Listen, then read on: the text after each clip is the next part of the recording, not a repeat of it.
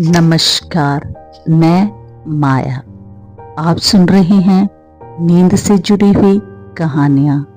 इस श्रृंखला को आगे बढ़ाते हुए हम सुनेंगे कहानी डर। आखिर किस बात से डरती थी मंजू? मंजू और श्याम की शादी को 4 साल हो गए थे।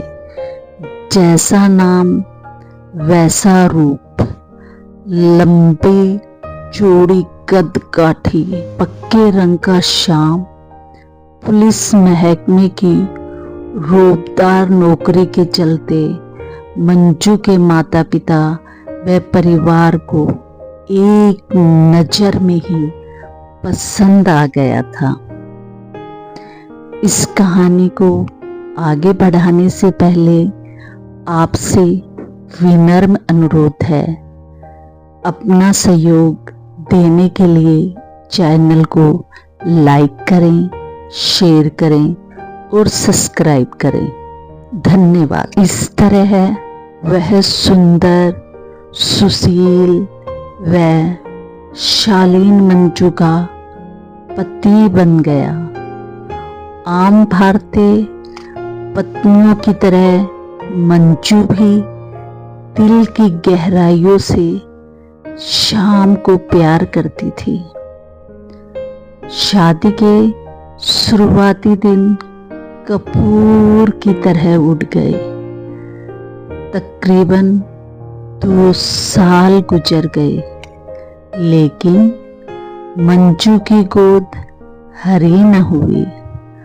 अब तो घर परिवार के लोग इशारों में पूछने भी लगे। मंजू खुद भी चिंतित रहने लगी, पर श्याम बेफिक्र था। मंजू ने जब कभी बात छेड़ी तो श्याम हंसी में टाल गया। एक दिन तो हद ही हो गई। उसने बड़ी बेरहमी से कहा, कहाँ बच्चे के झमेले में डालना चाहती हो? जिंदगी ऐश के लिए है, मुझे ऐश करने दो। मंजू को बुरा तो बहुत लगा, पर श्याम के कड़े तेवर देखकर डर गई और चुप हो गई। शुरू से ही मंजू ने देखा कि श्याम के दफ्तर आने जाने का कोई तय समय नहीं था। कभी कभी तो वह दूसरे दिन भी घर आता था। खैर, उसने सुना था पुलिस की नौकरी में तो यह सब चलता ही रहता है। पर इधर कुछ अजीब बात हुई। एक दिन श्याम के बैग में ढेर सारी चॉकलेट गिरी। यह देखकर मंजू हैरान रह गई। जब मंजू ने श्याम से पूछा तो पहले तो उसका गुस्से में चेहरा तमतमा गया। फिर मंजू के चेहरे के हाव भाव देखकर थोड़ा शांत होते हुए बात बदल दी। तुम्हारे लिए ही तो लाया हूं पगली, लेकिन मुझे तो चॉकलेट पसंद ही नहीं। फिर इतनी सारी चॉकलेट? मन ही मन मंजू ने सोचा, कहीं श्याम गुस्सा ना हो जाए। इस डर से वह कुछ नहीं बोली और श्याम अपनी ड्यूटी चला गया। मंजू सारे दिन अनमने मन से चॉकलेट के बारे में सोचती रही। सोचते सोचते कब दिन ढल गया पता ही नहीं चला और रात के 12 बजे बेढाल होकर सो गई। कुछ समय बाद डोरबेल बजने से मंजू की नींद टूटी। रात के 2:30 बज रहे थे।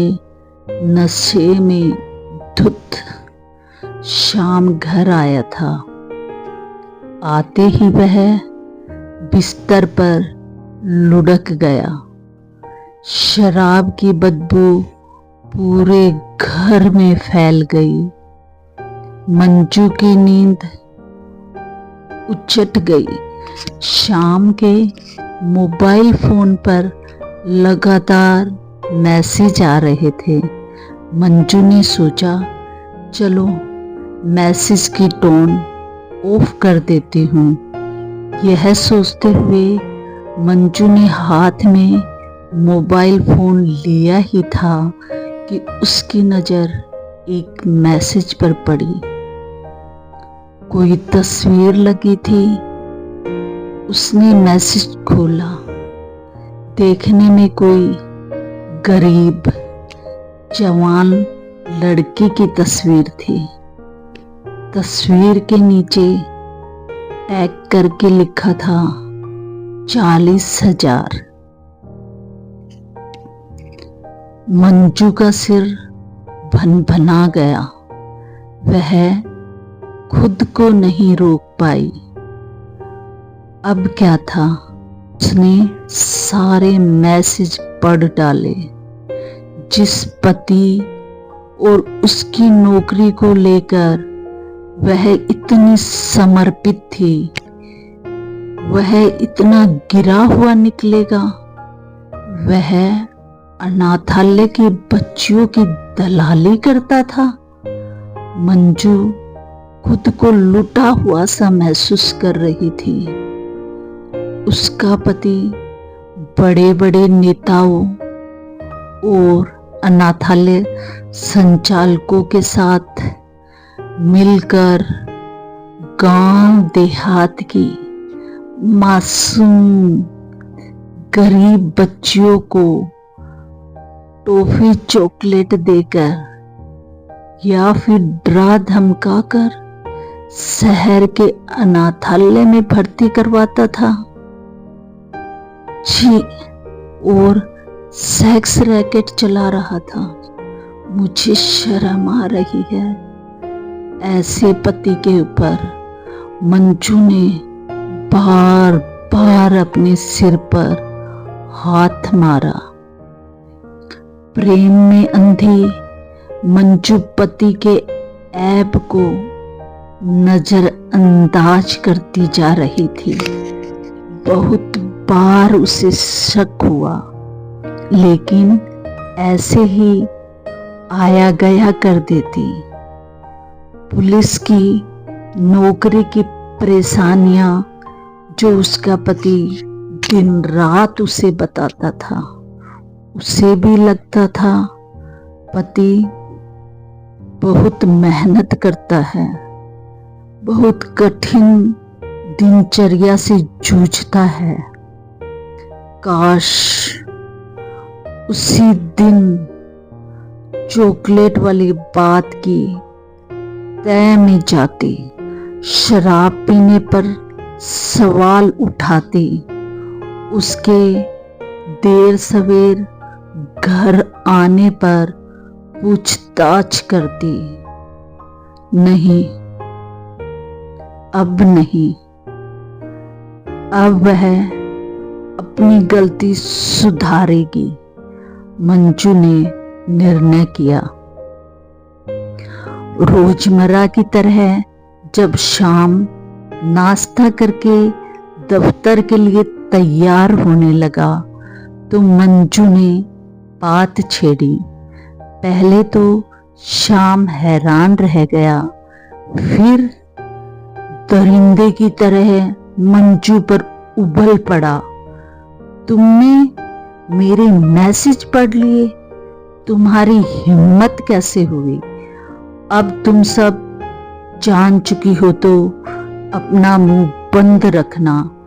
जैसा चल रहा है चलने दो, वरना तेरे एक छोटी बहन भी है। याद रखना, ऐसा धंधे में डालूंगा कि कहीं मुंह दिखाने लायक नहीं बचोगी। मंजू को पीटने के बाद धमकी देकर शाम घर से निकल गया था। डर, दर्द और बेइज्जती से मंजू बुरी तरह कांप रही थी। सिर से खून बह रहा था, चेहरा बुरी तरह मार खा खा के सूज गया था। शाम का भयावह चेहरा अभी भी मंजू के शाम का भयानक चेहरा अभी भी मंजू के दिलो दिमाग पर छाया हुआ था। बार बार उसे अपनी छोटी बहन का ख्याल आ रहा था, जो दूसरे शहर के हॉस्टल में रहकर पढ़ाई कर रही थी। मंजू ने अपनी बहन को झट से फोन मिलाया और उसे सुरक्षित रहने के लिए कहा। गर्मी और उमस से भरी वह रात बहुत लंबी और भारी रात थी। बिजली भी कब से गायब थी। इन्वर्टर की बैटरी भी जवाब दे गई थी।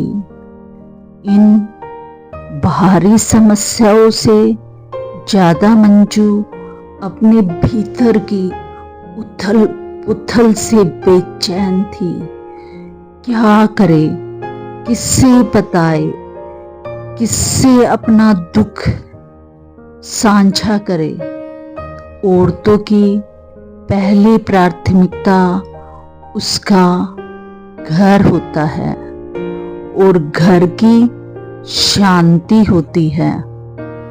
हर कोई औरत को ही चुप रहने के लिए कहता है और वो अपने दिल के अंदर लाखों दर्द छुपाए घर में शांति बनाए रखने के लिए चुप्पी साध लेती हैं। घर की सुख शांति के लिए चुप रहना ही बेहतर होगा। जैसे चल रहा है चलने दो। नहीं, दिल इस बात के लिए राजी नहीं था। मंजू बार बार अपने दिल से यही प्रश्न कर रही थी, मैं सुख शांति के लिए चुप रहूं, पर क्यों लुट जाने दूं उन लड़कियों की इज्जत आबरू जो गरीब और मासूम हैं। जिंदगी में ऐसा बुरा दिन आएगा सोचा न था। कहाँ तो मंजू औलाद की तड़प से तड़प रही थी और अब पति से ही नफरत हो रही थी।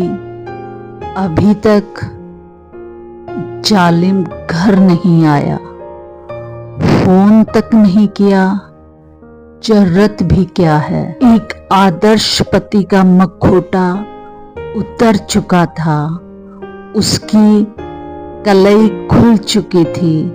नहीं आए वही अच्छा है, कहीं फिर पिटा तो एक बार फिर डर व दर्द से वह बिलबिला उठी।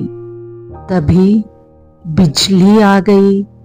पंखा कूलर चलने से मंजू को थोड़ी राहत मिली।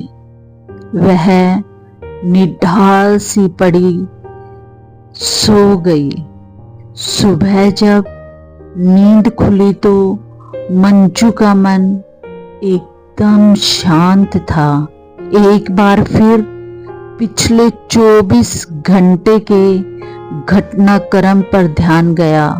लगा कि अब तक वह जिस शाम को जानती थी, जिसके प्यार को खो देने से डरती थी, वह तो कभी जिंदगी में था ही नहीं। वह एक शातिर अपराधी निकला जो उसे और सारे समाज को वर्दी की आड़ में धोखा दे रहा था। एक नई हिम्मत के साथ मंजू ने अपना मोबाइल फोन उठाया। सामने ही शाम का मैसेज था, घर आने में मुझे 2-3 दिन लग जाएंगे। मंजू का मन नफरत से भर गया। मन में सोचा, तुम कभी घर मत आना। वह मोबाइल फोन पर गूगल सर्च करने लगी। थोड़ी ही देर बाद मंजू फोन पर कह रही थी, हेलो, महिला आयोग। मंजू ने फोन पर महिला आयोग को बताया कि उसके पति श्याम एक ऐसे अपराध में लिप्त हैं जो अनाथालय की बच्चियों से जुड़ा है। उसने श्याम की गतिविधियों के बारे में पूरी जानकारी दी और साथ ही श्याम की धमकियों का भी जिक्र किया। आयोग ने उसकी शिकायत को गंभीरता से लिया और उसे आश्वासन दिया कि वह इस मामले की पूरी जांच करेंगे और उसकी बहन की सुरक्षा सुनिश्चित करेंगे। इसके बाद आयोग ने मंजू को कानूनी मदद और सुरक्षा प्रदान की। उन्होंने श्याम के खिलाफ कार्रवाई शुरू की और उसे पकड़ने के लिए पुलिस को सूचित किया। मंजू को अपनी सुरक्षा के लिए एक सुरक्षित स्थान पर भेजा गया, जहां वह कुछ समय के लिए सुरक्षित रह सके। महिला आयोग ने उसे आवश्यक समर्थन और सलाह भी दी ताकि वह कठिन समय से उभर सके। जांच के दौरान श्याम की आपराधिक गतिविधियों का जो खुलासा हुआ, उसे देखकर सुनकर पुलिस महकमा भी हैरान रह गया। वह गिरफ्तार कर लिया गया था। अनाथालयों में चल रहे सेक्स रैकेट का भांडाफोड़ हो गया था और कई बेचारी बच्चियों को मुक्त करवा दिया गया था। इस पूरे घटनाक्रम ने समाज में एक बड़ा संदेश दिया और अपराधियों के खिलाफ सख्त कार्रवाई के प्रति लोगों को जागरूक किया। मंजू ने अपनी बहन को सुरक्षित किया और हिम्मत करके समाज की उन बच्चियों को दलदल से बाहर निकाला। उसने निर्णय लिया कि वो गलत आदमी का साथ नहीं देगी। हम भी जहां गलत होता देखें उसका विरोध जरूर करें। आप सभी से विनम्र अनुरोध है कि आप ऐसी कहानियां सुनते रहने के लिए चैनल को लाइक कीजिए, शेयर कीजिए और सब्सक्राइब कीजिए।